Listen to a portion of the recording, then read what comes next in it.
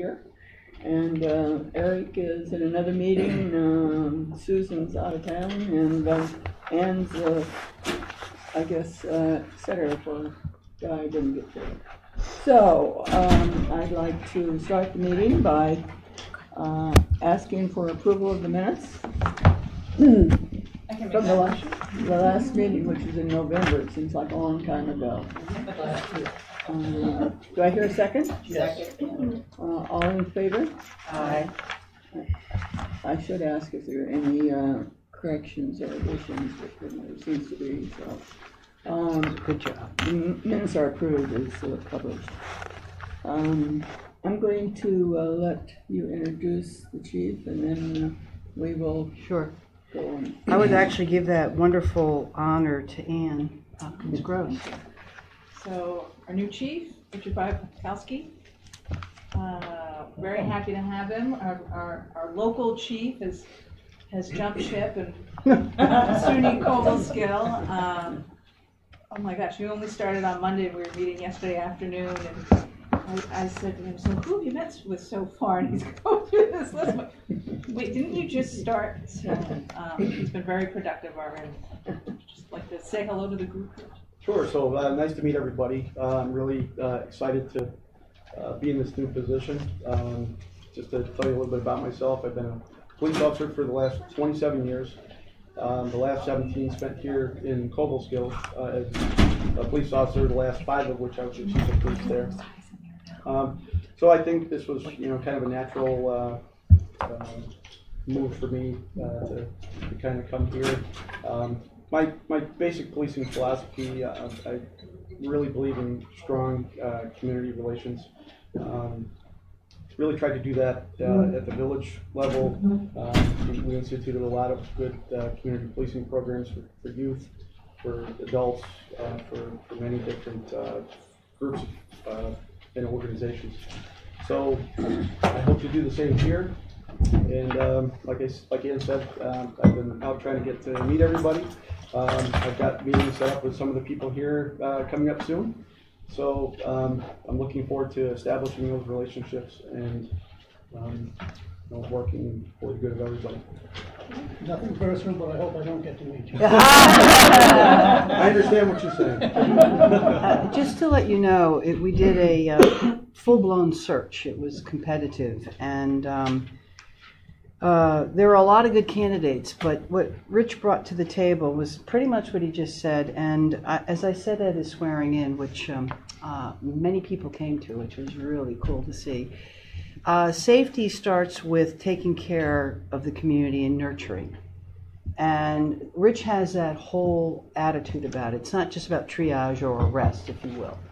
So, and of course, he really endeared us because when he said his speech, he said to grow, to sustain, to renew. And I was like, yes, yes. So it's a thrill and a delight and an honor that Rich is here. And I am so excited. After I left you swearing in, I said, we did it. We got the right guy. So we are hitting all cylinders with that. So thank you, and we look forward to. Yeah. So we thought we'd like to meet him. So then we're going to send him off so he doesn't have to listen to the rest of this meeting. Everyone here. Oh my gosh! Yes, I'm so sorry. Well, we introduced ourselves Okay. as Susan and all the council members, I believe. Tracy, did you? Tracy Purcell. Okay, the rest, I think you met staff. I presume you've met at I think so. someone. And we'll be meeting here. All my cabinet members come in. I'm meeting with Rich. I'm meeting with Rich. It's terrific. So I'm trying to get around. Yep. I'm Good. glad you came in to meet us. Yeah. Thanks, me too. Yeah, Me too. that was a great idea. Thank you, man, for that. Good. I did bring some business cards with my email address, so if anybody ever needs anything from me, please feel free to. Not fixing tickets, however.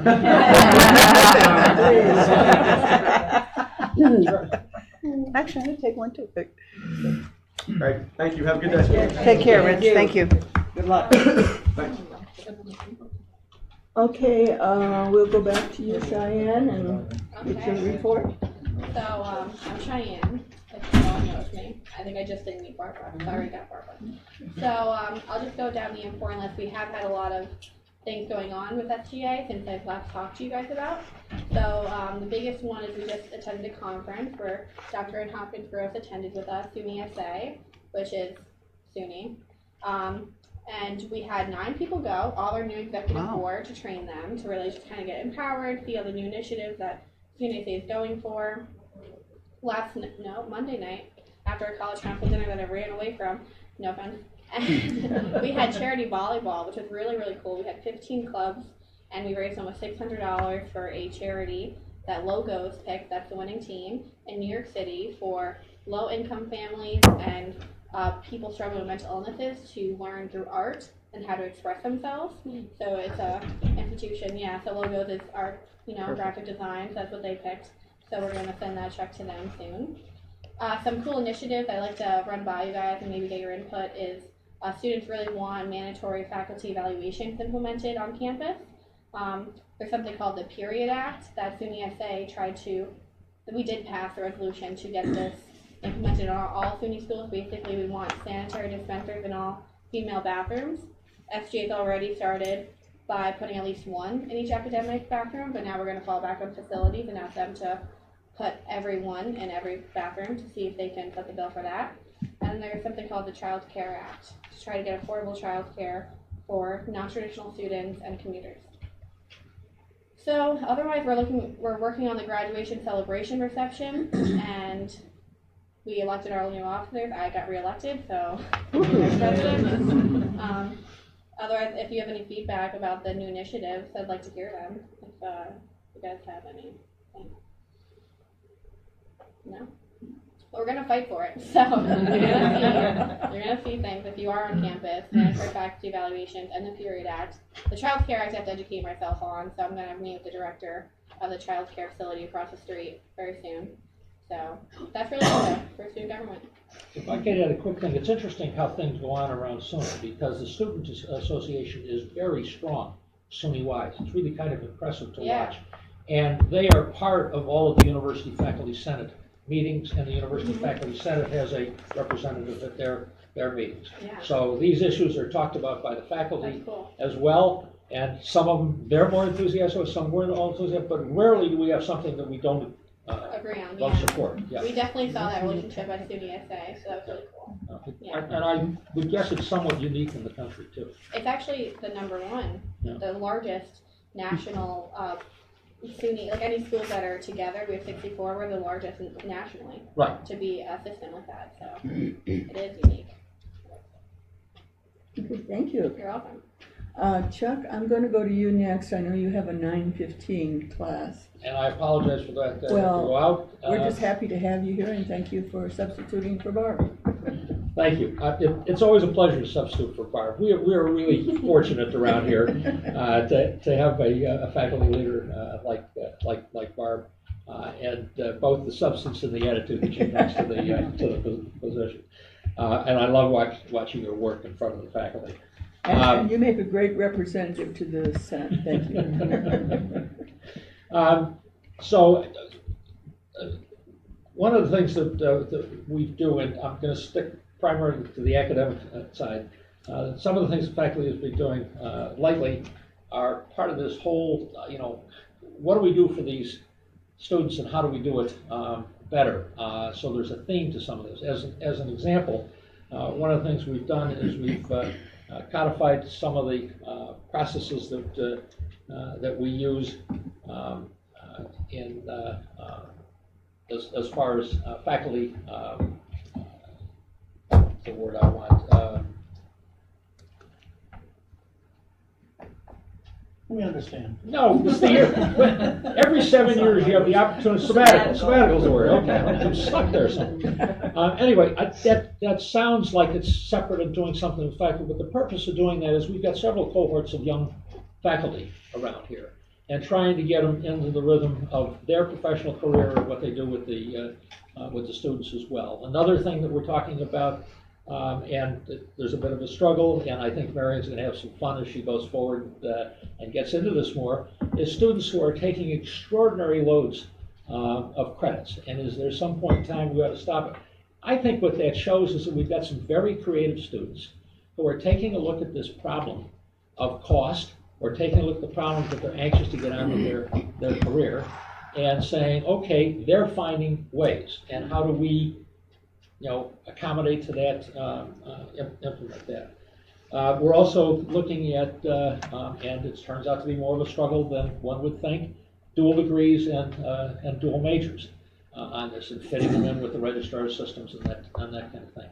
Another thing that's going on the side, which is not directly the faculty senate, but it is part of the discussion there, is when we looked at student costs, we have, and Scott was instrumental in leading this effort, we moved to eCampus for books.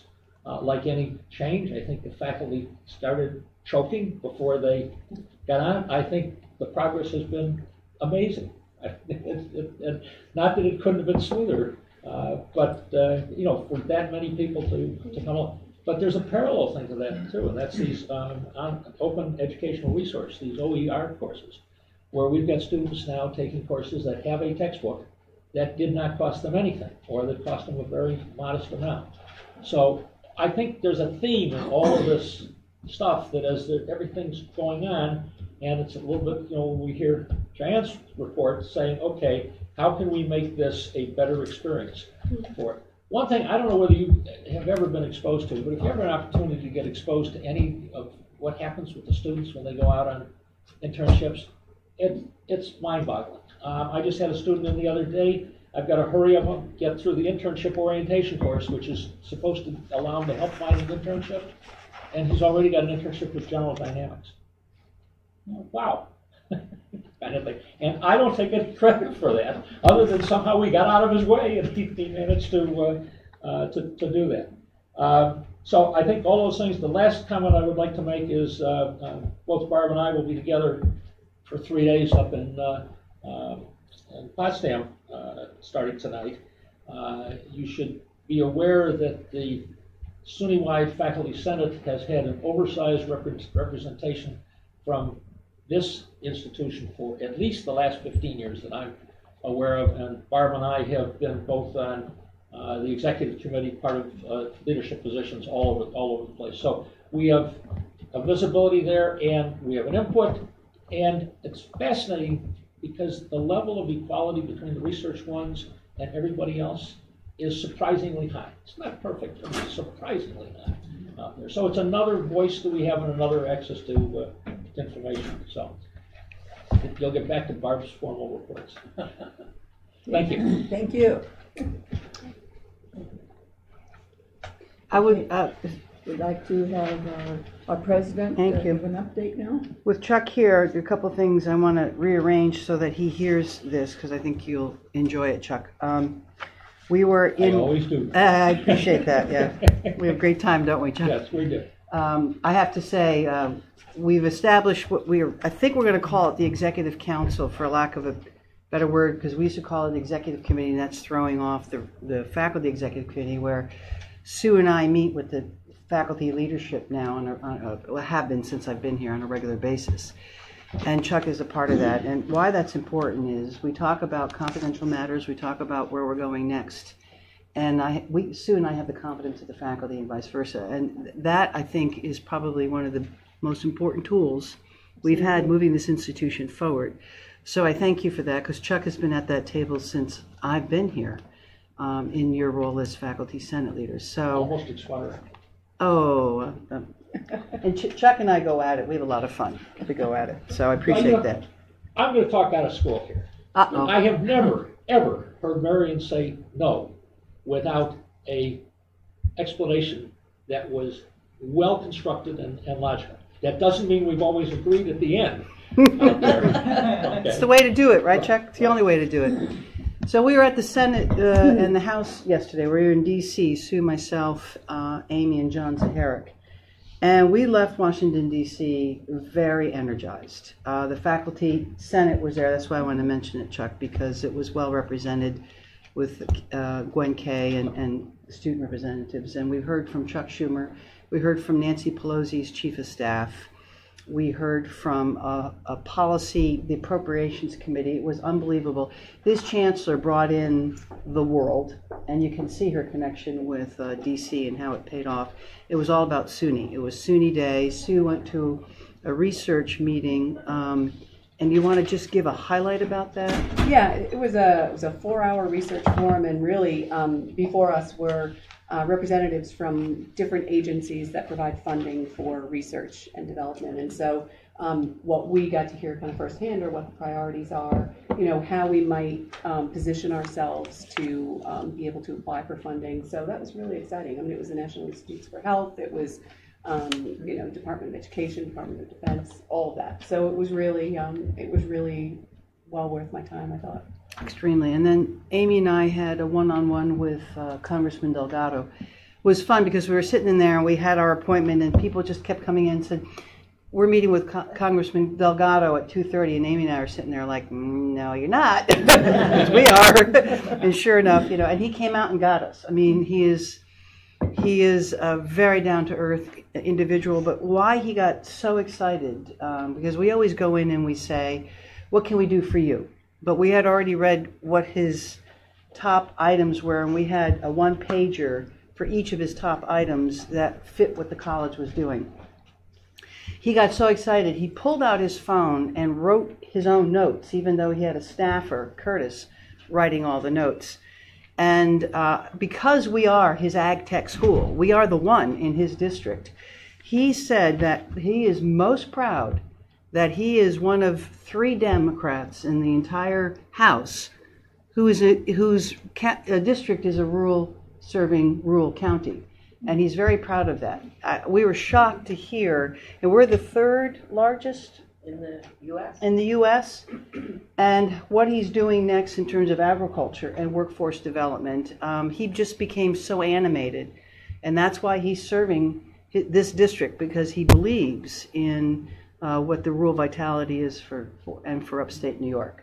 So he will be visiting. We can't tell you when, but because it has to be quiet and private, it's really for he and his family to go on vacation. And he's going to swing by, and we won't tell you, sorry, we can't tell you when, but we are definitely on his radar, and we thought that meeting alone was outstanding. So SUNY Cobleskill now, even at becoming the national level as well as beyond the state level, is becoming very well known. And the representation of the faculty and the faculty senate at these meetings was outstanding. And next steps, they talked a lot about the Higher Education Reauthorization Act, which I have been telling you guys. I started talking about that 9 months ago. I will tell you more in May, but they will be passed under this Democratic House. Nancy Pelosi has promised, and that Pell will not only be restored, but increased. And as we were speaking, right, Secretary DeVos was testifying in Congress. That's why Schumer was a little late, and when Schumer came in, he said everything that the secretary said about cutting the budget, very draconian, he called it, will not happen. So the House and the Senate are gearing up to say, higher education is too important. Whatever is being said at the president's level will not happen. So, Chuck, I wanted you to hear that piece. We have a lot. We have a lot going on since we've seen you last. I'd like to go to Prodigy. So again, Chuck, for your benefit to hear where we are, and Scott, I'd like you to share that with the folks. Sure. So Prodigy is a new initiative from the SUNY Chancellor. It basically was rolled out to presidents in January by letter, and then to the rest of SUNY in mid-February. And then they held a workshop the first weekend of March to kind of get everybody up to speed on what it is. It really has 2 objectives that it's trying to accomplish. The first one is to increase the number of underrepresented minority faculty and women in STEM faculty across the SUNY system by 1,000 over 10 years. And second is to increase the number of underrepresented minorities and women in STEM students in SUNY. So we basically want to be increasing the student population that are going all the way through to get doctorate degrees to be able to be filling our own positions within SUNY. That's the concept. There's a bunch of support mechanisms, initiatives behind that. One is funding for faculty positions that is prorated over a 3-year period that qualify for underrepresented faculty members or women in STEM faculty members. There's also grants that will be given to doctorate students from campuses that have prodigy faculty members that come on. So basically the current thinking is every faculty member that you bring on, you get a grant to give to a student to pursue a doctorate degree. So those are some of the financial incentives that are tied to that plan. The requirements, the way it's operating, I should do that next, the process in terms of the way it's operating is kind of like an RFP process. So they've put this program out and every campus has to put together a proposal back that needs to get accepted for us to be qualified for these incentives and support of SUNY. Okay. The proposals are due July 15th. Once that's the deadline, once proposals are submitted, then they go on a rolling approval for the campuses to be approved, and you can start participating immediately. They're encouraging us to have long windows, up to 5 years is the current feedback I'm getting in terms of us putting forward proposal plans. So they're really looking for us to have holistic, campus-specific proposals to impact our staffing, processes, and sourcing of new faculty members. We have to provide a lot of data, we have to do a lot of analysis, we have to look at our hiring results over the last 5 years, we have to create process flow charts, and there's a bunch of work behind it. On campus, Sue and I have been meeting. I've been meeting with Sue in the provost and dean's meetings, and Lynn Berger from HR and I have been meeting. Tara and I have talked by email, and we have a meeting today later to go over the detail of the data required. And with Sue and I, we're trying to put together our cross-functional team to address the proposal creation here on our campus. High-level timeline, April, what we're hoping to do is gather the data from our own data and map out our current processes. May, we're hoping to actually take that data, analyze it, and start putting together components of a proposal to address our shortcomings, and then June, write it, so that we have the ability to go through the approval process here on campus, make revisions before we have to submit it in the middle of July. Thank you. Any thoughts or comments or questions? We're very excited about this, and where Scott wants to take it and how it fits into our strategic plan is exactly what we need and where we should be. So Scott has taken this on, and thank you for that. It's really important. What I'd like to do now is I want to start talking about the state budget update, but I'd like to bring Louise Byron and Brian Smith are here to talk about the new financial aid matrix, which I think you all will find very exciting. It fits the budget. It's the big picture, and Wendy and I met with Phil and Eric in their role as working with the budget officer, and we started filling them in on the very complex nature of our budget and the moving pieces that are involved. I mean, you know, he did. Exactly. You know, you've got all the state and then why the foundations are who they are and CAS and all of that because of the way the money flows and the best way we could leverage our resources. So we're not going to go into that detail, but we'd like to give you the overall of even what happened on email with SUNY asking about, the free tuition for high schoolers. I mean, things are really moving fast. And we are very lucky to have the CFO we have because Wendy's acumen in this and her ability to calm the waters and figure this out is outstanding. And I learn every day from her, as I do from Louise and Brian, who will bring in next. But I think the council will really enjoy, if I can use that word, how SUNY Cobleskill is moving through this and why we are sustaining and trying to do the good work we have to, turning the ship as well and the culture. So, Irene, can you get them, and can we just spread our chairs out a little bit so they can at least... I'm done talking. I'll back off completely. I don't want you to go, though, Chuck. I'd love for you to hear this. Yeah. Thank you. Hello. Anne sent an email, Rich. She sent it to you. Yes. Okay. So, good morning. Please sit. Oh, you have a PowerPoint? Well, Bonnie sent it. I don't know, we could wing it without a PowerPoint, I suppose. You know what we'd like to do? If you don't mind, because we can send it then to the council, because I apologize, we weren't aware, but please sit, because also these are two of the most talented, creative folks you're going to find in the financial aid world, and they do it as we tease Cobleskill style.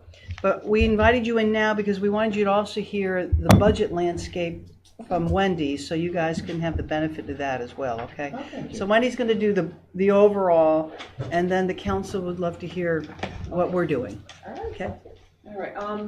So thank you, and thank you to Phil and to Eric for listening to me for about an hour on Monday. Very interesting. I'm not going to go into that level of detail. I would certainly be happy to sit with anybody who wants more information, and Eric had some good ideas about how I can show it more graphically, so I'll be working on that and sharing that with the council at some point in the future.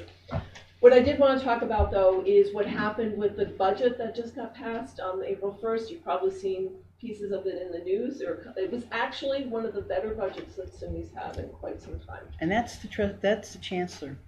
Chancellor Johnson did a great job. And sometimes when we're here on campus, we don't feel like there's a lot going on, but there is a lot happening in Albany. So I give a lot of kudos to all of the staff up there who really worked hard. I think the most important things for us to know, we've talked in the past about the collective bargaining agreement, retroactive raises for UUP, the faculty and the professional staff, which are well deserved. Please don't ever think that they're not. But they come with a cost, and SUNY was able to secure some one-time funding, $109 million, to help support those costs this year.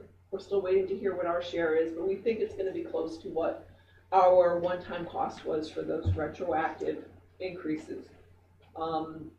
Another thing that's really important for us is the continuation of the predictable tuition plan.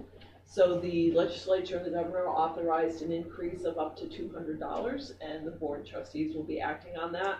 I haven't heard anything other than $200, so we're expecting that that's what's going to happen. There's also an increase for out-of-state students. Do you want me to talk about that what happens with our associate degree? So there is legislation that was passed in the mid-90s, and you may have heard discussion of this before, where we're allowed as a College of Technology to charge a lower rate for our out-of-state associate degree students. And for a long time, Cobleskill did, Delhi does, Morrisville does, but we have such strong demand for our out-of-state programs that we just charge the regular tuition for a bachelor's program, which is it's $16,000 versus just under $7,000. And SUNY asks us about it every year. Why are you doing this? Well, we have the demand for the programs. Well, don't you want, they just want to understand. And we're happy with where it is. We get the students, we collect the revenue, and we have strong programs. So but just it's an interesting little tweak. Let me add to that, which will also be picked up by Louise and Brian. When you have full capacity programs that are doing very, very well, you don't discount them because the students are going to come. You use your money to help those programs that are just as good, but may not be as well known, so that you can bring the students in. And you can see Louise and Brian shaking their heads, because that's where they're going to go. But so just to explain why we do that. There's no reason not to. This is not a second-rate institution. This is a first-rate institution, and we can be bold because we are that good. And we show it in our financial models. And we expect, we're still working on the revenue projections, but probably about a $400,000 increase in revenue because of the tuition increase. And that's assuming enrollment's going to stay flat, which doesn't sound like a big deal, but I think we've also talked about here, given the demographics and the changing populations in upstate New York, for us to stay flat is a huge accomplishment, and I think we've been doing very well there. Another piece, we've talked about the Excelsior Scholarship Program before. That's continuing. The family income has gone up to $125,000, so it'll be fully implemented after this year. And then the last piece I just wanted to mention was the capital program. Good news, bad news with the capital program. The good news is it's continued at the overall level that SUNY's been funded at for the last few years. The not so great news for us is the piece that's directed directly to Cobleskill has gone from $4.2 million to just under $2 million. No. So our direct money is down, but the pool available for giving out has gone up by $200 million. We are very successful at getting those grants. So it's not great news, it's not horrible news. I mean, if that $200 million wasn't there at all, I think we'd be very, very upset. But Bonnie and her team do a great job with pulling in that extra revenue. And then the last piece I wanted to touch on, the president just mentioned the college and the high school, concurrent enrollment. So I was surprised to see at the very last minute in the enacted budget a piece of legislation that it's passed that allows the boards of SUNY and CUNY to set different tuition rates for students that are in concurrent enrollment, which are the college and the high school programs. It seems like this is mostly an issue for the community colleges, and I don't want to get into a lot of details, but the way their funding model works, you have to charge tuition to get the other pieces of the funding. This will change that so they can still get their state support and their sponsor support. But there feels like, and you may have heard more, Marion, last couple of days, that there's been a push from high school superintendents or school district superintendents and other interest groups that are really looking to support students at an economic disadvantage to give them free college tuition. Let me add a little to that, please. because the presidents have been, it's been discussed far and wide, and a couple things is it's part of our budget model, but that's the least important. But, the other thing is if we give it to them free, there's no guarantee that they're going to come here, because then they can go elsewhere. And, what does that mean? We don't know, but I think the colleges are not happy about it. And I don't know what the answer is, because because we're hoping that we'd be Pell or TAP eligible, and they're not. So I'm only saying that's why I wanted you to hear that. I wanted you guys to hear this, because right now the presidents are saying this is not necessarily the best idea. And it's cool because it's what, $150 per credit now? It's $50 per Excuse credit. me. It's $150 for a course. For a course. And so you can see both sides of the coin here. And for it to be sprung on us as quickly as it has been, every time the presidents are responding, I'm sending it both to Wendy and Sue so we can watch where SUNY's going to end on this. Can I just add something? Please. Just so you know that for any of the students who participate in our college and high school program, if they're on free and reduced lunch, they are getting either free tuition, a scholarship, if you will, support, or a reduced level. So depending on what their circumstances are. So it's not as though our discussions about this would disadvantage anyone who participates in our program. And again, this is for just the state schools, correct? This is not affecting the privates, is it? Oh, absolutely not. Right. Yeah. And one other interesting little twist, and I am a budget geek, so I'm sorry that I get into these details. We love it. Again, it more impacts the community colleges, but there's something called service area agreements. So you can't just go offer courses anywhere you want. You have to have an agreement from the local. And I know we're working right now with Hudson City Schools because Columbia Green is right there. So that's really also a community college issue, and I think there's going to be some fallout from that perhaps not everyone has been as careful with their service area agreements as they probably could have been. And let me add, because then I want to turn it to Brian and Louise, is the reason why, I mean, Wendy is so exceptional at this is because, like she said, she's a budget geek, and I love it. We're a 2-year, 4-year. So every kind of legislation that comes from anywhere in this state affects this college.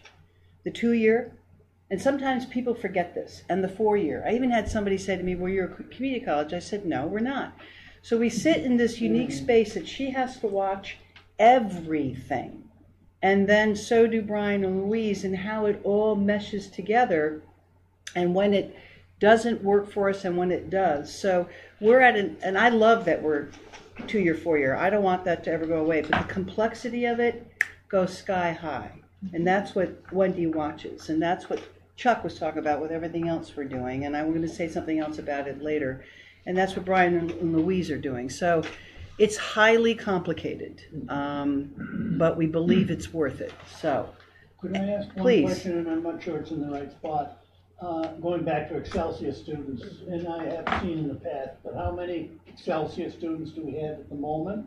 And how does that funding trickle down to us? Well, I think we're in the 200 to 300 range. About mid-twos. Mid-200s. Yeah. And we have been getting reimbursed by New York for that difference the way we're supposed to. I'm not sure we're all the way caught up, but the money's been coming in. What's tricky is, and it was 16-17, of course the president's always right. The tuition that those students are paying is at the 2016-17 level. So we're missing out on that increased tuition that's now going to be $600 more per student that they don't have to pay and we don't have any way to collect. So. And we have to make up the gap. At the gap, 16-17 level. Right. Well, so far they're giving it back. They've been giving it to us. Really? Fingers crossed. I think there's a gap in the timing. Okay. And that's one of the things we will follow up with after the end of the year, because it's actually, as Brian knows much better than anybody around this table, it's actually a 12-month cycle, so we're not going to know until the fall what happened with the students that entered last fall. Let me just add to that is, you hear us talk about the TAP gap, right? We covered that. It's what, 900? It's about 9. It's going to go up 900 until right. So any school that have students who are eligible for TAP, which is high here, we have a gap. The schools, like others, where their TAP and eligible students might be below 10%, and they're getting a lot more Excelsior students, the state is covering their gap. You see what I'm saying? Right. So if they didn't cover our gap, we'd have it at both ends. All right, but the schools that don't take the kinds of students that we serve and we do very well with are actually gaining than those of us who take on the students who have more need. So there you go.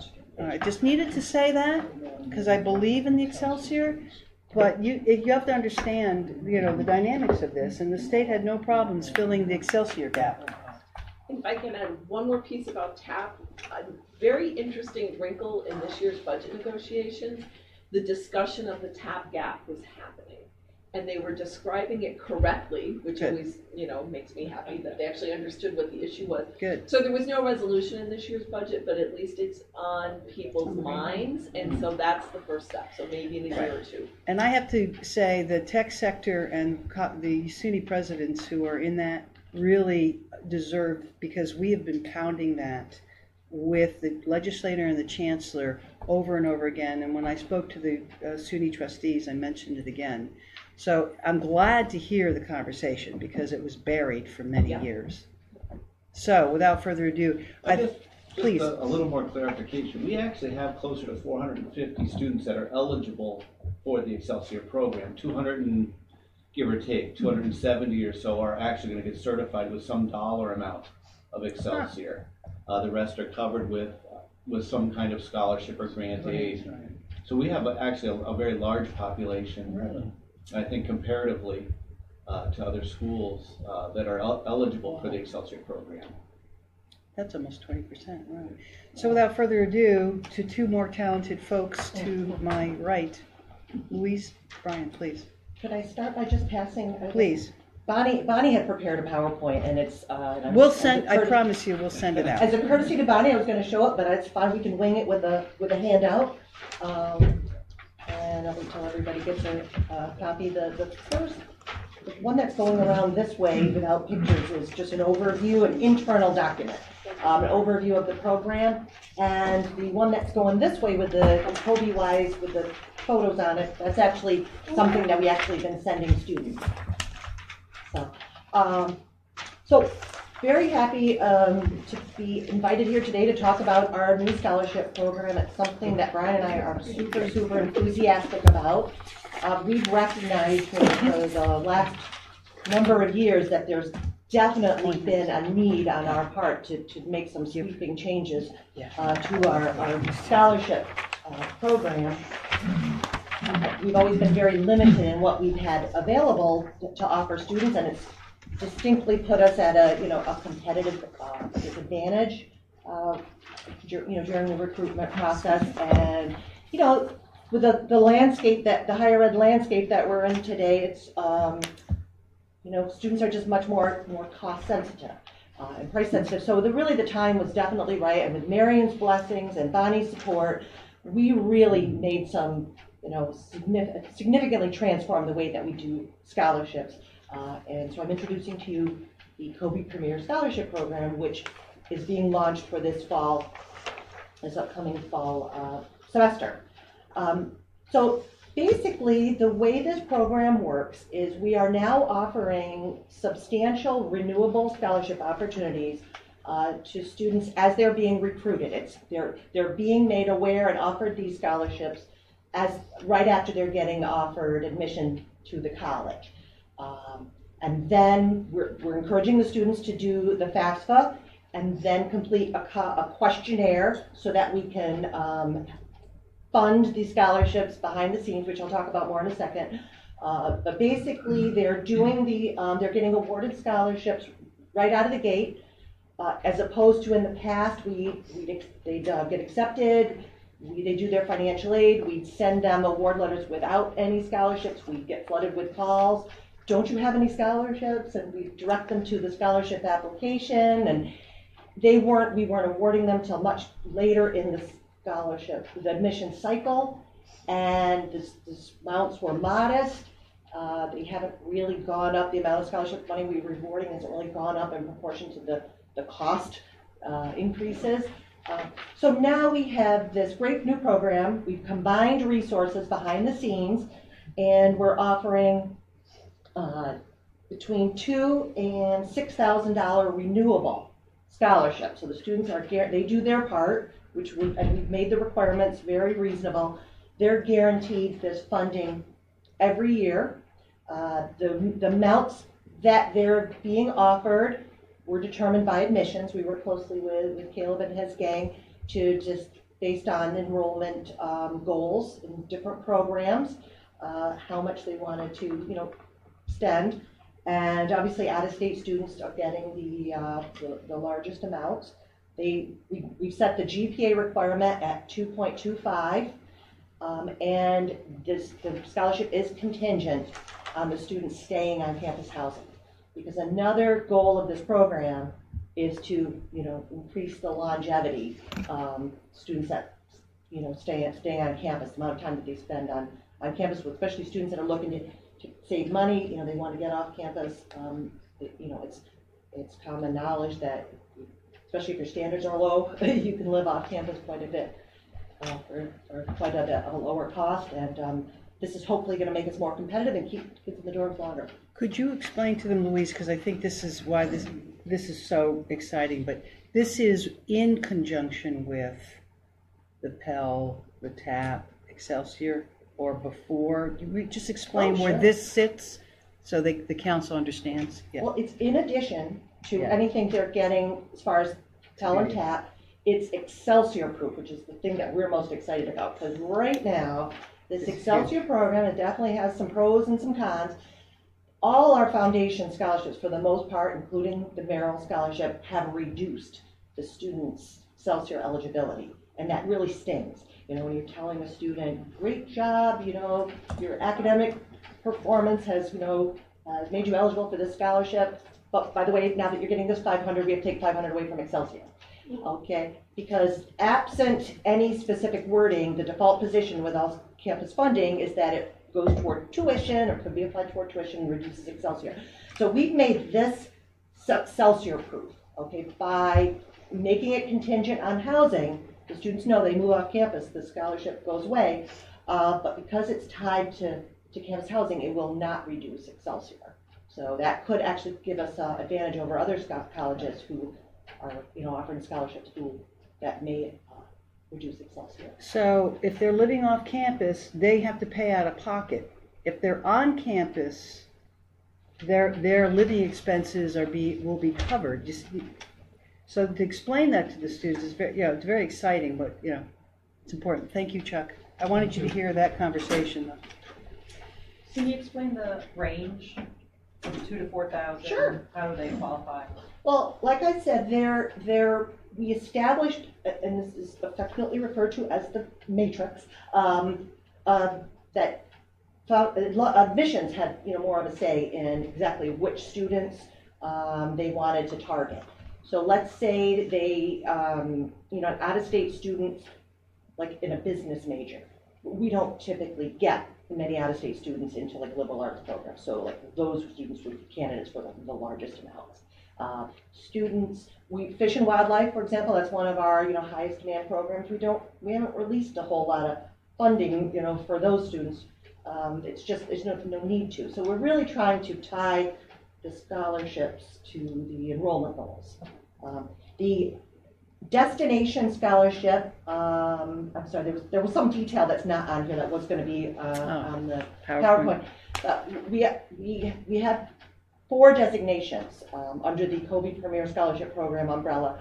The Centennial Scholarship, those are offered to New York State students. They're between $2,000 and $4,000 a year to New York State students who fall into the matrix somewhere. Out-of-state students, we call that scholarship the Destination Scholarship, and those are $3,000 to $4,000 a year. And then we have a Presidential Scholarship that encompasses New York State and out-of-state students, and the highest caliber students are being offered that scholarship, and those go up to $5,000 a year. So with the matrix, if someone comes in, say, as a business major and then switches to another major, so it could be adjusted, the figure, depending on their major? No. Per year, or? That was a great question, and that actually was something that came up while we were planning this. We had a lot of meetings. We have had a lot of conversations. We have a lot more to come, lessons learned. But we asked that question, what would we do if a student came in under one major and changed? And Caleb suggested that we don't make any changes because we're also going to have students who come in a major where they're not eligible and then change into one. So it was sort of like the net effect would be kind of even. Okay. So we're basing it on what their original enrollment is. We know that students are going to change their majors, but I think administratively that could get pretty tricky. Okay. So, I would also suggest the local housing piece. That's really cool too. Yes, yeah, right. This flyer here, this has actually been distributed to all the guidance counselors. There are eight schools that fall under this umbrella. All these Schoharie County high schools. There are 6 of them, plus Bern, Knox, and Duanesburg. Okay, so it's 8 high schools. Be part of it. So if a student wants to enroll here from one of those schools, they are automatically eligible. We're saying with an 80 GPA or higher, automatically eligible if they just fill out a very quick application just to indicate their interest. They're automatically eligible for $4,000 to $6,000 housing grant. So it's really like yeah. We really want to do something for the county. This is the superintendent group that we've been a part of. It's going so well that they're helping us with this, and that's what said. The superintendents of Duanesburg and Bern, Knox, Westerlo asked to be a part of this, even though they're not within our our county, and we think it's a great service for these students so that we can get them acculturated into the college community. We're really our kind of our sales pitch when we meet with these students, because Brian and I go and do financial aid presentations at all these schools, and but basically the way we're positioning this is, get the full college experience, in your own backyard. You're like going away but without going far and spending all that extra money. So we actually have, now this is all, this is a moving target right now. We're actually going to see kind of the fruits of our labor pretty soon with that May 1st deadline looming. But we do have 12 students already committed to this. My unofficial goal for the first year was 12, and we just hit 12. So Congratulations. This is huge. Yeah, that's great. But this is also on top of, and if you wouldn't mind, Louise and Brian, if there's something you could add to this, is we'd like to become what we call a test optional school, which means we would like to remove the SATs and the ACTs as an admission requirement, and SUNY is helping us move there. But we have to figure out what then would be good criteria. But I understand that in the high schools in the county, they give a list of colleges and they say, well, you've got to, if you want to go to SUNY Cobleskill, you must take the ACT or the SAT. But the interesting part about that, it's for the 4-year. If you're going to the 2-year program, you don't have to. But they don't, here we go again, the 2-year, 4-year issue. They don't qualify that with the students who may be coming to the 2-year program. Now let me add one little wrinkle to it. If you start as a 2-year and you become a 4-year student and you want to play on our team, you have to go back and take the SATs. Oh, good Lord. Yeah. Really? Good Lord, yes. So then the coaches say to the students, just sit down and write your name, but then that lowers our SAT average across the college.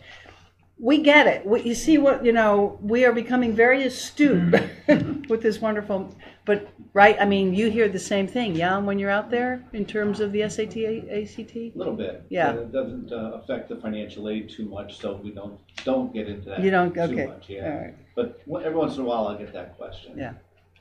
I do have one question, please.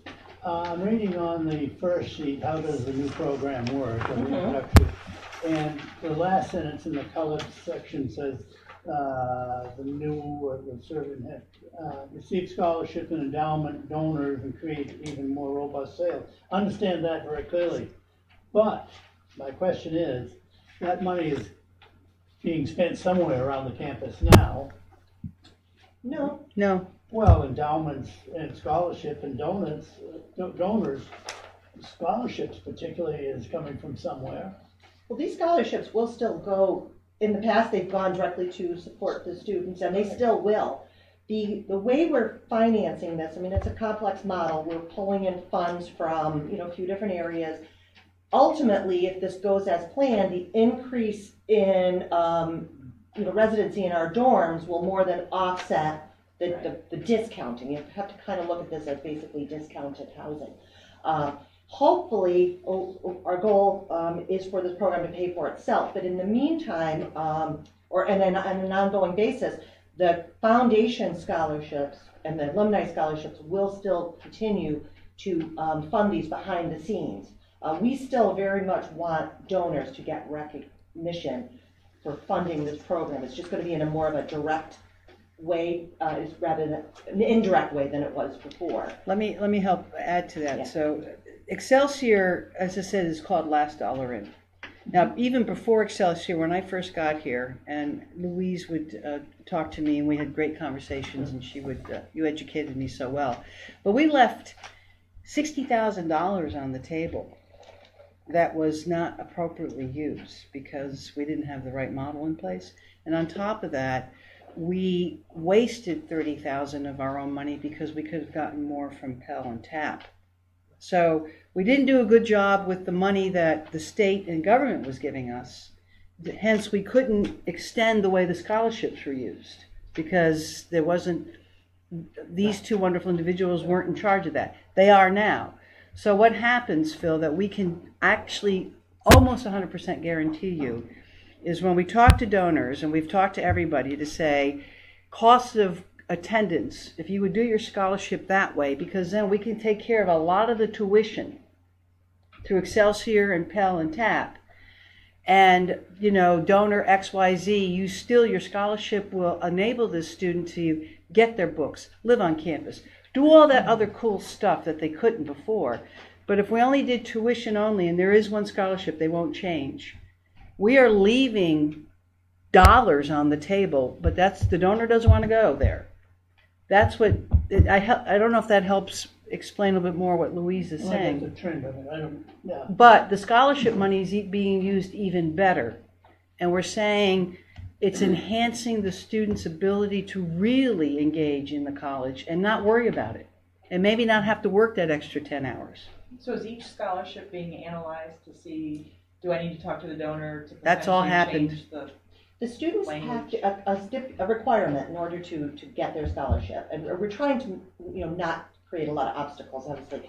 They, admissions now notifies them initially, then that they're eligible for the scholarship, and then all that's asked of them is that they do a FAFSA so that we can, programmatically assign it to their, financial aid package, complete a questionnaire, and this is critical because this is basically the new version of the scholarship application. Before, in order to determine whether the students met the criteria for the different scholarships, because you know how all the scholarships have different criteria attached, we would make them do a scholarship application.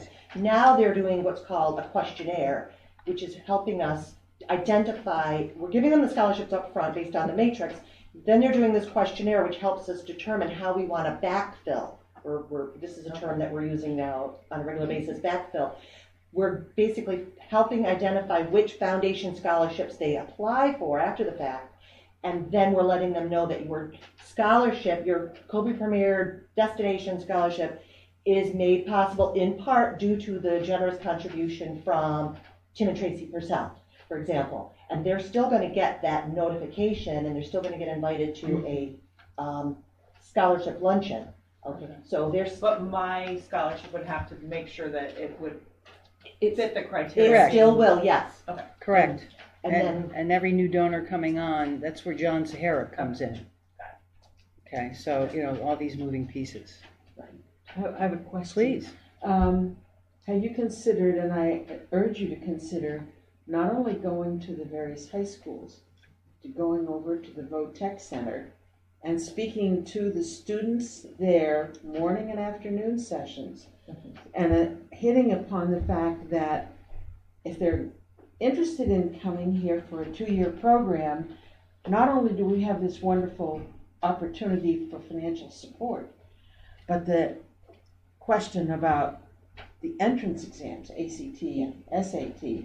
We have a fabulous, do you want to explain the relationship? Yeah, we've been working really closely with BOCES, so we're pretty excited about that. And the students themselves hear about it because if you go to the high schools, you're more likely to talk with the parents who, if their kid is the first one in the family going off to college, the parents are nervous, they're uneasy, they're scared, and they will say, that's too much for us to consider. BOCES is at the table at the Superintendent's Council. So Anita Murphy, who is the superintendent of BOCES, is actually there. And so all the information we share, goes directly to her as well as the local superintendents. So that and we have a close relationship with BOCES. We have faculty run advisory committees at the Schoharie BOCES. So we're making sure that that information's there. Coupled with, we also have articulation agreements with BOCES. So not only can they get maybe the financial support, but credits that will actually be acknowledged here. So and the we PTEC. also work with the Grand Gorge BOCES? We have to Jefferson and Gilboa being in a different BOCES system. Correct. We can't. Well, no. We have to be careful crossing lines and being good because if we step on toes, they don't. Yeah. I would like to just also add, basically, as an extension of what you were just mentioning, that for the local housing grant, that our plan is for 2021 is to consider making this opportunity available to all the students who are currently enrolled in our PTEC program. They're still, to a certain extent, local students. It's just it expands a little beyond the 8 schools that are designated right now. We're trying, for this grant, we're trying to think more like airlines and hotels. These are students who don't typically live on campus, and they're paying a fraction of what other students are paying, but it's an empty bed or a little something for that bed, and then hopefully these students are getting more engaged And, the commuter students tend to have higher dropout rates as, versus students who live on campus. So we're hoping to kind of address a few. You're helping the kids leave home. Yeah, right. Yeah. Get them away from their Yeah. parents, get them out of their hair. I hear it a lot around town here, I like Cobleskill, but I don't wanna live at home, Yeah. that kind of thing. Exactly, yeah. This has taken a long time, as you can imagine, and This is fabulous. Yeah. kudos I applaud. to Brian and Louise for your outstanding work. They've wanted to do this for a long time, and it's taken a couple years to, right, Wendy, and I'm sorry Bonnie's not here, to dig into this and figure it out, and they took it far and wide to the campus for all kinds of questions to make it as foolproof as possible. We're very excited. The money and our reserves and where we're moving forward with this is well thought out, and the stewardship with this is exceptional. So we really thank you. Any other great questions or comments for them? If we make a donation to the foundation, can we specify we want it to go to Yes. the local housing grant? Yes. Thank you. Yes. We'll look for your check. And that's see, and that's what John is working hand in hand with this. So absolutely, you can do that, and we would love it. I just want to say that, like with P-TECH, where there's a pathway into SUNY Cobleskill, we've done that with Cobleskill Richmondville. We want to expand that to other area high schools. And Right. so the students have the opportunity to pay that low college and the high school rate, earn even up to about a year's worth of credit, and then come here. So you couple that with this kind of Kobe-wise, it's a really affordable, and it really ties in with our strategic plan and our goal of increasing access for students. So I just want to add real quick, if it's okay, Please. Just so there's no confusion, this is not like unlimited number of scholarships that we're offering. We specifically, especially our maiden voyage, with this, we're limiting it to 750 scholarships that we're offering. Our goal is to yield 250 students from it, and we're specifically targeted the early student applicant population. They tend to, we have data that supports this. The students who apply early tend to be the strongest students, and they also tend to be the students who more colleges are aggressively recruiting, and we're competing with the scholarship opportunities that they're being offered by other schools, and we tend to yield them at the lowest rate. As you gradually go through toward the admission cycle, the yield percentage increases as you get closer to the start of the next year. But the early students are the ones that are historically strongest and that we've aimed this scholarship program at. So we capped it at 750. We're not offering any more after 750. And Brian's actually got some data here about where we stand right now. Good, great. Now, it looks like admissions has offered out so far 741. They're continuing on. We stopped offering the New York State scholarships as of May 1st, as of February 15th, excuse me. And we put that out as our what's what I'm looking for? Target? Priority deadline. Yeah. Thank you. So that's why we stopped the local ones. We're continuing to offer the out-of-state ones though. We'll do that right up to May 1st. So we're at 741 offered. About 2/3, 545 have done what they've needed to as far as doing the FAFSA. So we've actually packaged and sent out award letters to those students. So 545 of the 741 have actively started the process, and then out of that, 91 have accepted the scholarship so far, but that's not unusual. We'll probably see a big rush as we get closer to May 1st, but still 91 people have accepted, and another 50 or so. We have 121, excuse me, around that area there have actually done the questionnaire, which is a good. There's some effort involved. This is what we are requiring them to do, so we can identify which scholarships we can backfill with. So about 120 of these students that Brian just referred to have actually done the questionnaire, which shows effort, which shows significant interest, and then another 50 beyond that have actually deposited and haven't done the questionnaire. So we figure about 170 of these 545 students who've done the FAFSA, about 170 seem to be have a high level of interest, like a high likelihood, I would say, of them actually coming here. And our goal is 250, and it's only April 11th, so we're feeling pretty good. Should. You know, we'll certainly have more to say in May, but we're feeling pretty good about the path we're on. So is this something that we rely on the guidance counselors to talk to the students about, or is this something The that local can be one? like, a press release, so people, like parents read it locally? Do it. Why can't we? I think that could be really big. I mean, I've thrown it out there as a suggestion. For a press release? The First I've heard schools of it. have to do a press release for their budget vote on May, I think it's 21st. Is that the right date, Rich? May 21st. I have to tell you, let me just tell you something about And press if releases. you can put it in the I appreciate notice. that, but the Times Journal is not necessarily our friend. And I can't tell you how many press releases we have sent to them. Unless we do short of an opinion piece that I can send out. But they will pick it up or they won't. And that's part of our issue. I'm talking about the newsletters that the schools send out to the voters. No, I know, but she's talking about a Right. press release. There are other You mean for the, newspapers, yeah. I know. Even the Daily Gazette. They pick up, the Daily Gazette and the Daily Star pick up our stuff every time something goes out. Those two newspapers talk about us all the time. That's all I'm going to say. But you're right, we So could do some kind perhaps of. we could write a letter to the editor, Well, highlighting the yeah. scholarship? Yeah. Probably social media means are the best way. Yes. Yeah, and we'll look at that on the campaign because I think Louise is right. And if there's anything we can do, Linda, where we can do opinion pieces, I'm all for it. Right. But you're right, the superintendents may be able to help with this as well. I And hear you. real good relationships with Well, the guidance counselors, and Sue- they'd help promote this quite a bit. Sue and I are invited tonight to their gala. I wonder if we should bring these along. Actually, we've prepared folders. We could put this information in the folder if you want. We're hosting them tonight on campus. This is the Schoharie How County many are School there? Boards Association. We're preparing 40 folders. Oh, okay, I have a few extra, I think this is enough, but I'll get you Yeah. some more. If you want, we Yeah, can. I'll give you those, and Okay. I'll send up some We'll have more. Vivi add them to the folder. This one, the local housing grant, we're all about, blasting it, far and wide.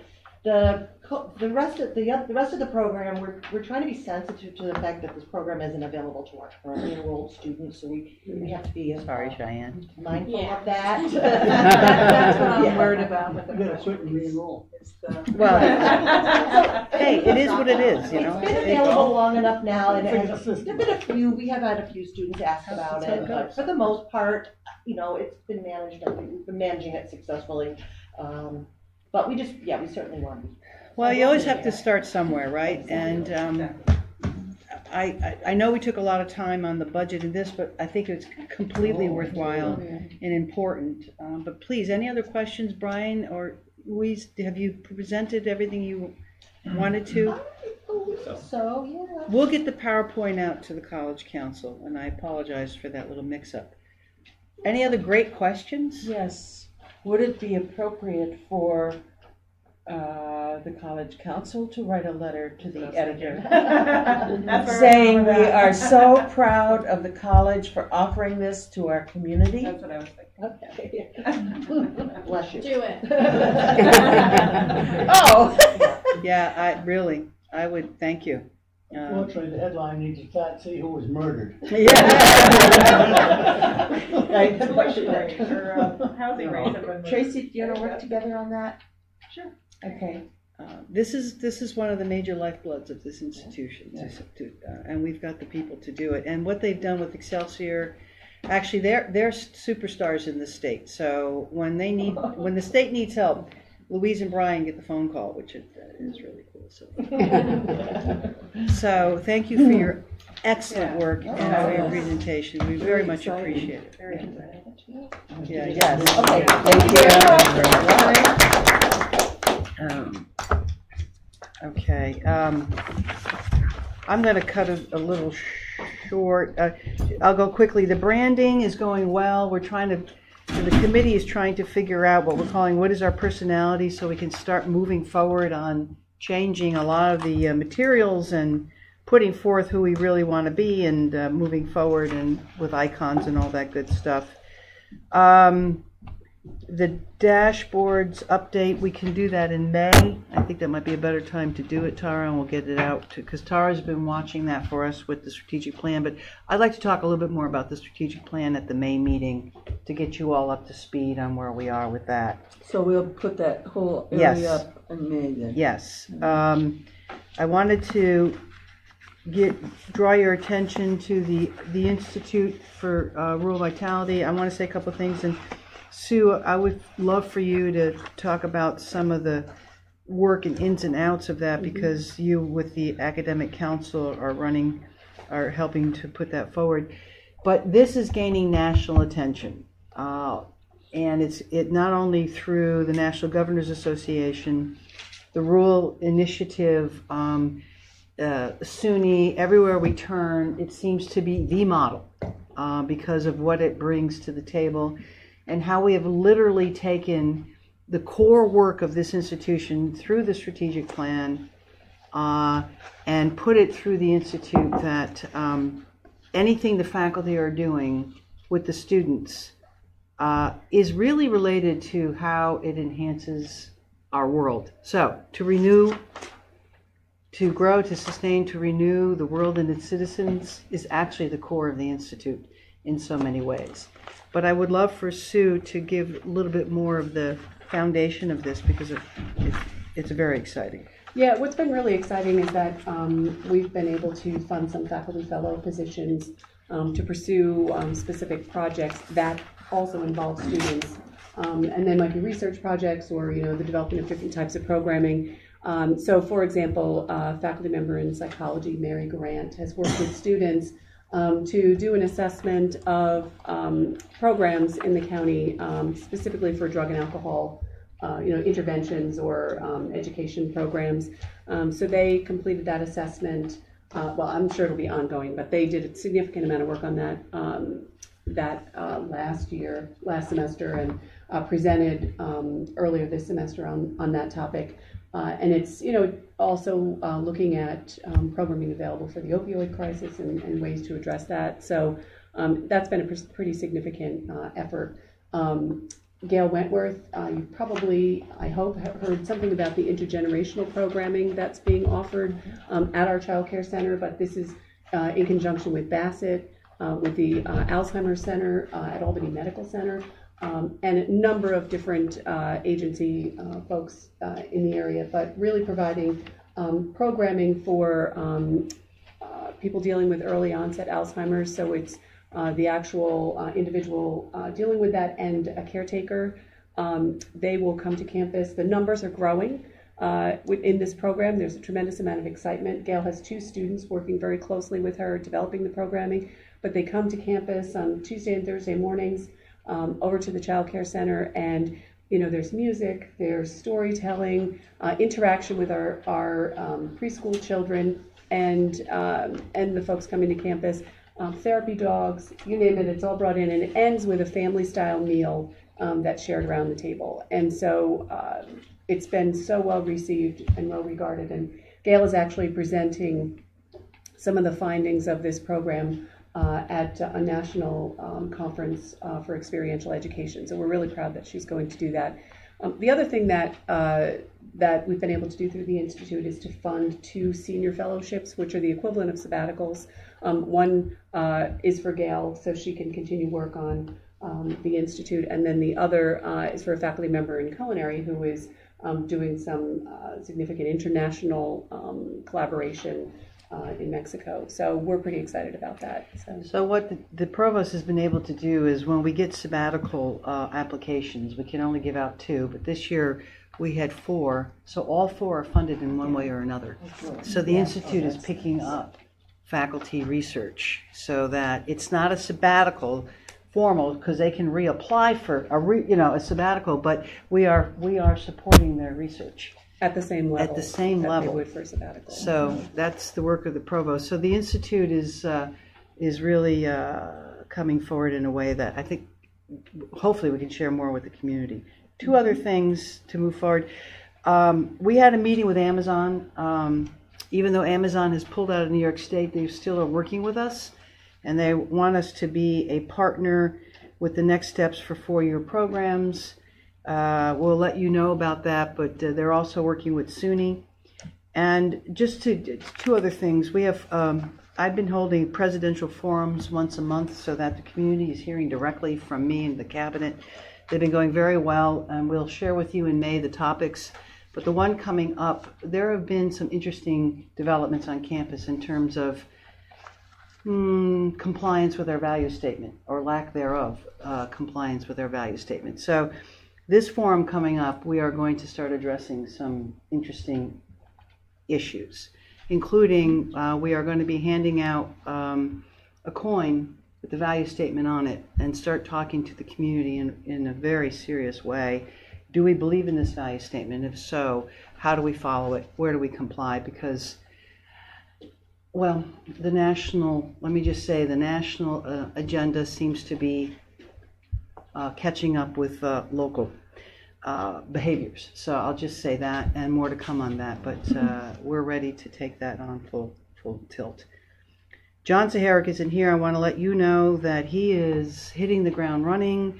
Razor's Edge, which is a software to tell us where our alum are and where we have potential donors, has now been uploaded. He now has a tool to go forward. He's very excited about that.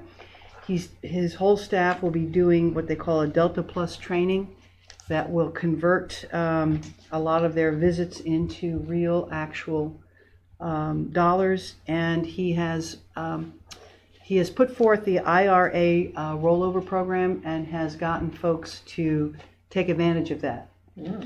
Yes. So this man is doing great work on behalf of the college.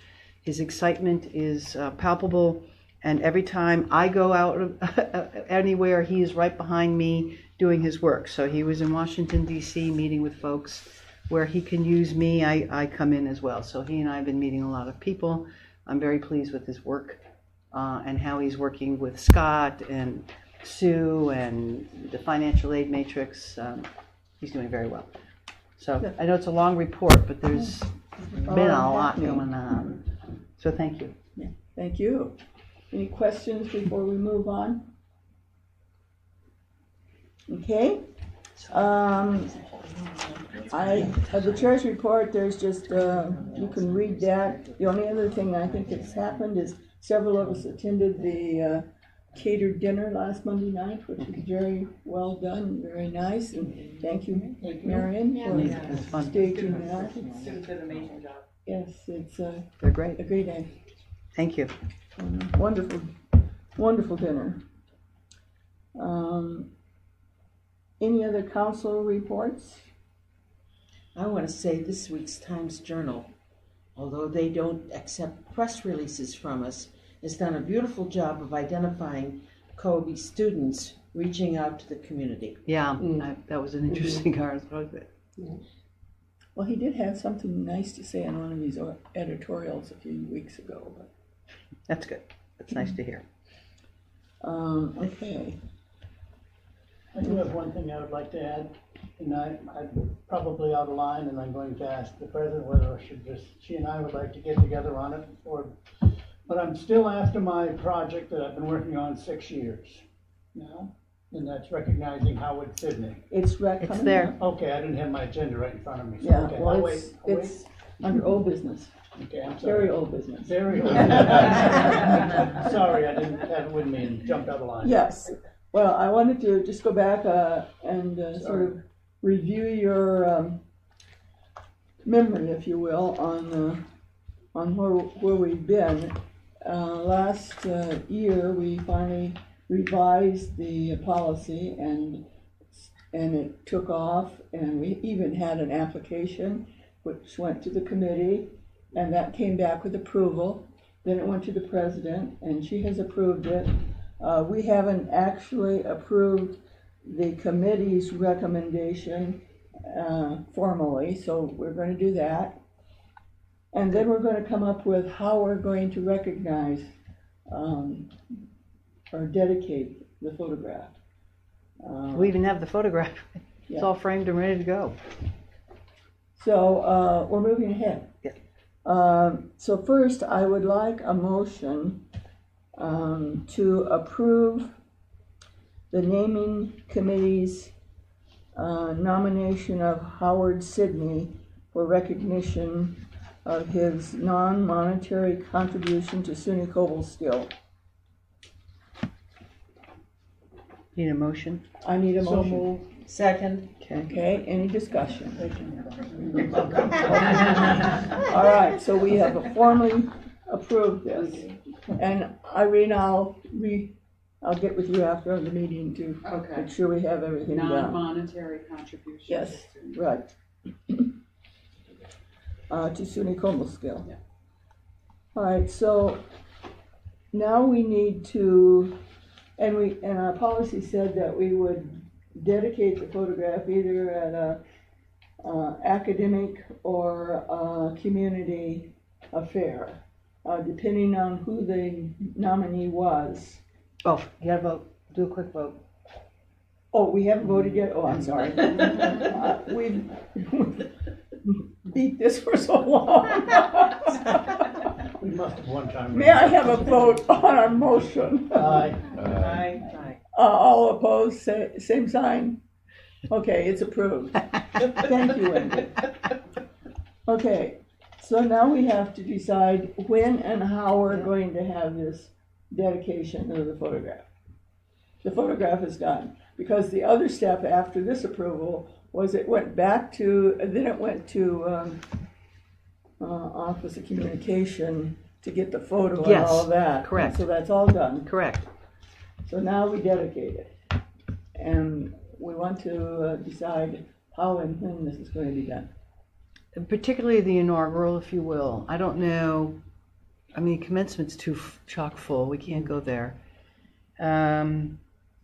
Thoughts? We should go off as something that we're doing where there's a good crowd. Is it homecoming weekend? That seems a good I think time. that would be good. It's a good time. It's very busy this year. We've added a couple of things to it, but But there'll be a good amount of, I think it deserves a good amount of we folks. could do it early Saturday morning like we did the carriage house last year. And then if that's the case, what I would like to also entertain, we could talk to the naming committee, is are there a few more, since it's the inaugural, do we want to do more than one and really make it a splash, since we're going to wait until, I don't want to hold it up. In the awards, the alumni. We'll figure out a good, we could do that too. That would be good, because the alumni will be there Right. particularly. If folks are okay that we'll wait for good reason, why don't we think about adding a few more? I'd like to put Larry's name out there. Who's on the naming committee besides Phil? Amy and Bonnie, right? Right. And there was one other person. Suzanne, is it? Susan Wright. Larry Susan- Joyce was one I was thinking of. Well, why don't we, because actually this is live streaming, we're telling the public what we think we probably should. But why don't we ask then everybody to nominate, put some nominations forward. And why don't we send them to Amy right now? Okay. Okay, and then the college will commit to doing the ceremony At homecoming, but on behalf of the college council, because I would think this should be coming from you guys, right? Okay. In my office, so we can give it that stature. Okay. How's that sound, everybody? And homecoming is the first weekend in October. Okay. But we could do a lot of publicity following up to that too, or before that, I should say. Yeah, because like Howard was a very strong community member in Right. churches, events, and on and on and on. So I'm sure he had lots of peers and supporters Yeah. who would like to be aware. Exactly. And there may be a few more, and we can really make it the inaugural and get a few more names. Doesn't have to just be one. I know he has a scholarship fund in his name already, but Bill probably could, with the right direction, there's a lot of people out there that would make a donation in Howard's name. Yeah, and John wants to do more with that because we have so many scholarships that have not reached the mark. Right. They're all sitting there, so he's figuring something. But if he already has one, we could probably capitalize on that. We could do that all. Okay. All right. All right, so we'll move ahead then and plan on this dedication.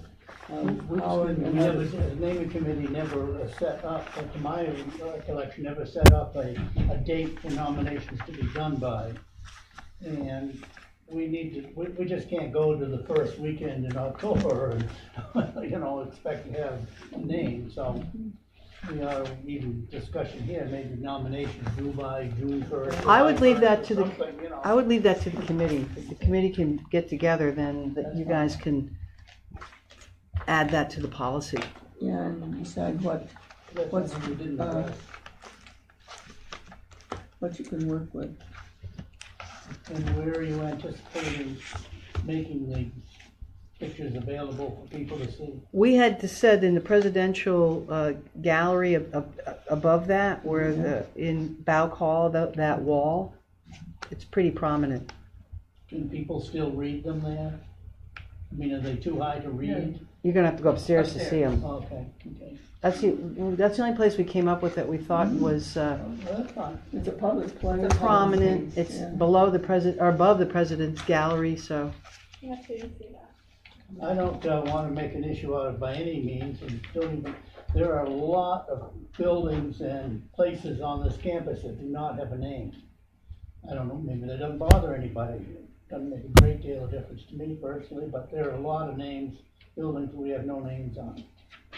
A lot. And your point, I'm not sure what your point is. Well, do we want to have a name, for example, on dairy housing? I could go through this whole list. There's a long, long list. It's got to be monetary. Well, it could be a non-monetary thing, couldn't it? No. No, not SUNY policy. Right. Unfortunately, That's fine. And I try to remind folks we have a lot of buildings, who think buildings that have names. Yeah, but I'm trying to remind folks though that we don't own these buildings. The state owns these buildings, and we have to go through state policy. SUNY has just come up with a new policy of how to name buildings, and they're all monetary. That's why we put in the non-monetary naming as best we could, but they will not entertain a naming of a building for non-monetary contributions. And they're not our buildings. Yes, I understand. That's fine. As long as people realize there is the name, that's all. Well, they were named before because there was no policy. Yeah, probably. Yes, because the policy that came out in 2010, I believe. But you're right, all like Knapp Hall, for example, it's been but this that name was for long before 100 this years, policy came out. or whatever. Yes, correct. So, and I think that probably was one of the things that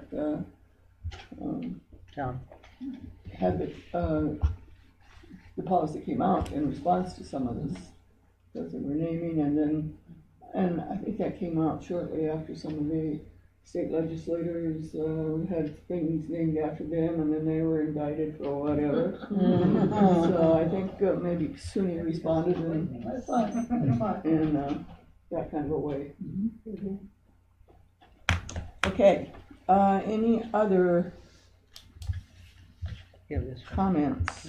Oh, we have one approval of Ingrid Fisher as an external reviewer for a member of the School of Business Advisory Council. And this is the usual request to the council to approve. Her vita is attached, certainly well qualified for whatever. And so I'd like a motion for approval. So moved. Second. All right, any discussion? All in favor, say aye. Aye. Opposed, same sign. So carried. Okay, we have a tour of Bach Theater for wherever would like to go. And that will be immediately following, is that right, Amy? Okay, so if you meet out there and Amy can fill you in on who's gonna conduct the tour or whatever. Hi. Oh, there was one other announcement I wish to make is to inform you, if you have not heard, that Jeff Anderson as dean will be stepping down, and Gail Wentworth will be the interim dean starting July 1st, Sue? Yeah, June 1st. June 1st, and interim for a year so that we can have the faculty with Sue and the academic leadership figure out what is the best structure moving forward. So more to come on that, but and Jeff will be in a visiting professorship position for 2 years.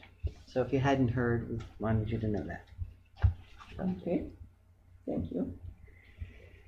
Okay, all in favor, or I need a motion to adjourn. So moved. Thank Second. you, Richard. All in favor, indicate by saying aye. Aye. Opposed, same sign. So carried. Well, you know what? I'll send it again, because I think what ended up happening is, I wanted to, I was gonna go in there. Sorry. Yeah. First, you really If you exit. I'm a vote. It's crazy.